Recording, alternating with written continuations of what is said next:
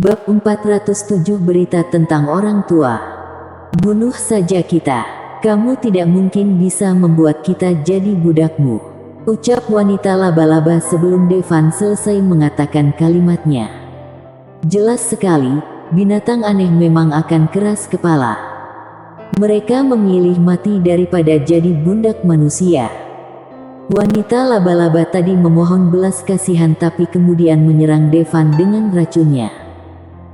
Tapi ternyata Devan sangat kuat, bahkan kebal terhadap racun ratu laba-laba. Sesudah melihat kehebatan bertarung kedua binatang aneh ini, Devan pun ingin menaklukkan mereka. Kalau Antares dilindungi oleh dua binatang aneh ini, maka Antares akan bisa menghadapi invasi alien yang relatif lemah seperti Starko lagi. Mereka punya kemampuan melindungi. Lagi pula, kalau hanya mengandalkan batu tera dari alam rahasia, kekuatan mereka cuma mencapai Mahatma. Kalau mau masuk alam imperial butuh sangat banyak batu tera.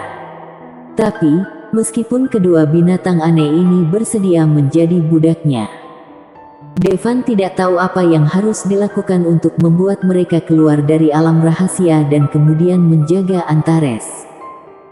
Bagaimanapun, formasi di portal hanya memungkinkan manusia yang bisa keluar masuk. Makhluk-makhluk dari alam rahasia tidak bisa lewat dengan mudah. Tapi Devan tahu pasti ada caranya. Hal ini dapat dicapai dengan memodifikasi formasi teleportasi. Sayangnya Camia belum menguasai teknik formasi ini. Oleh karena itu, Devan belum ingin menaklukkan binatang aneh ini sekarang. Tuan Armot, biarkan saja mereka pergi. Walaupun sudah membunuh banyak anggotaku, mereka tidak menyerang tempat perkemahan kita. Mereka hanya membunuh orang yang memasuki wilayah mereka, kata Ezekiel.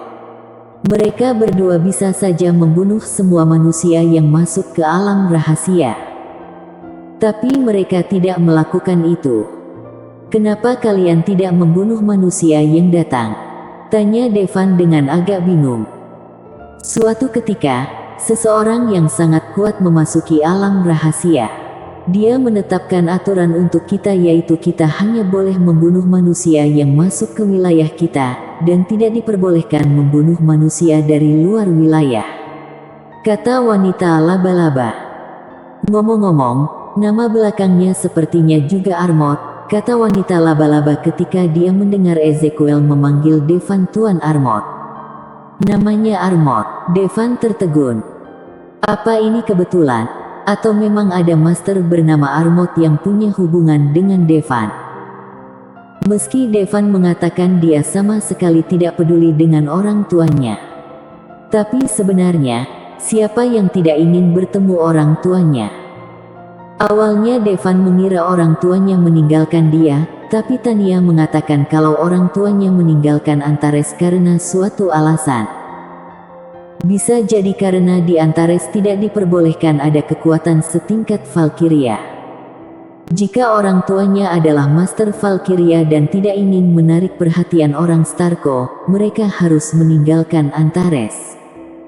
Kemana orang tuanya pergi meninggalkan Antares? Apa mereka memasuki alam rahasia? Ngomong-ngomong, Tania mengatakan kalau Devan memasuki alam rahasia Athenia, dia akan tahu tentang orang tuanya. Maka orang tuanya pasti masuk ke alam rahasia Athenia. Ratu laba-laba, bukankah menurutmu mereka yang dulu datang sangat mirip dengan Tuan Armot? Kata orangutan tiba-tiba. Devan dengan hati-hati. Akhirnya, matanya melotot dan dia berkata, tentu saja aku tahu, mereka mirip sekali.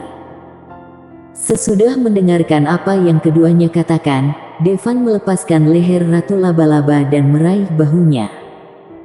Katakan padaku, orang seperti apa dia? Devan sedikit bersemangat. Ternyata, dua binatang aneh di alam rahasia ini bertemu dengan orang tuanya. Dia setinggi kemau dan terlihat sangat mirip denganmu.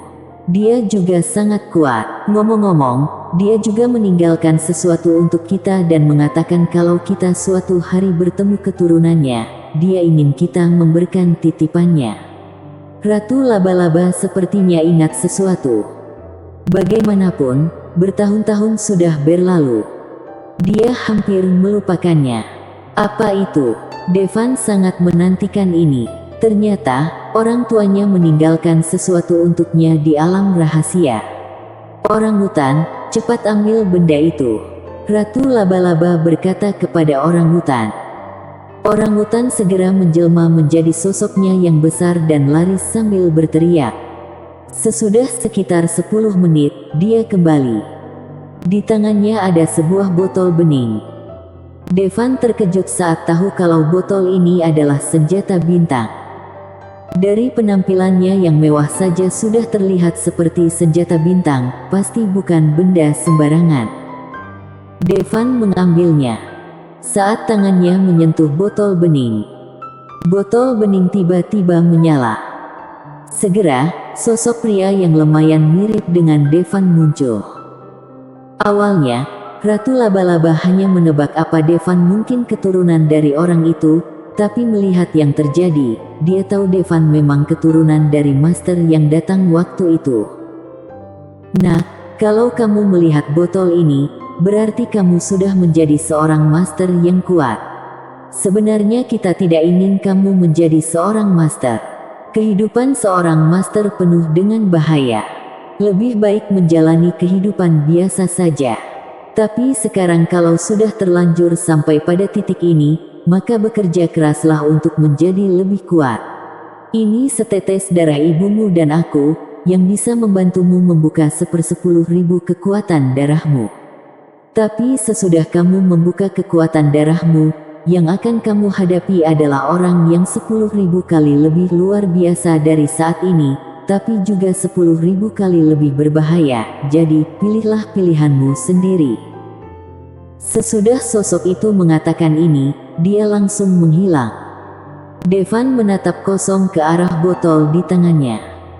Apa dia ingin Devan mengaktifkan kekuatan darahnya? Apa masih belum jelas? Tentu saja harus diaktifkan.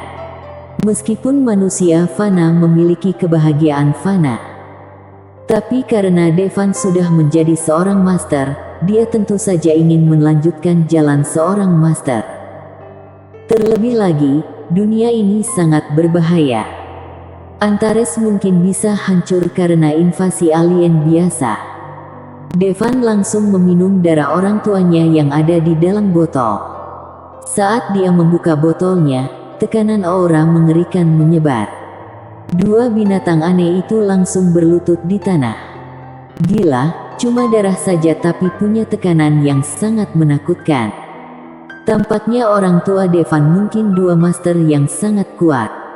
Tapi entah bagaimana jika dibandingkan dengan kaisar pembunuh. Devan tidak banyak berpikir dan langsung memurnikan darahnya. Sesudah darah masuk ke dalam tubuh Devan seolah-olah terbangun dari tidur nyenyaknya. Setiap vitalitas sel menjadi meningkat tajam. Sebenarnya, tubuh Devan tidak seluruhnya dipenuhi darah Kirin. Dengan kata lain, dia tidak memiliki darah Kirin murni. Namun, karena darah Kirin sangat kuat, darahnya sendiri seolah ditekan oleh darah Kirin. Tapi sesudah Devan memurnikan darah di botol murni, dia bisa merasakan kalau sesuatu bangkit dalam darahnya. Rasanya aku tambah kuat. Sesudah memurnikan darah, Devan merasakan kekuatannya seperti berubah.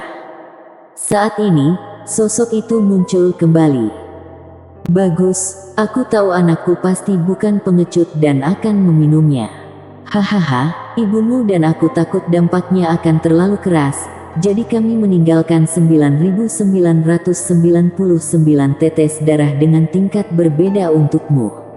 Dengan meminum semuanya, kamu bisa langsung menjadi master super kuat, bagaimana? Kaget kan? Tapi kamu harus menemukannya sendiri satu persatu, hahaha. Bersambung.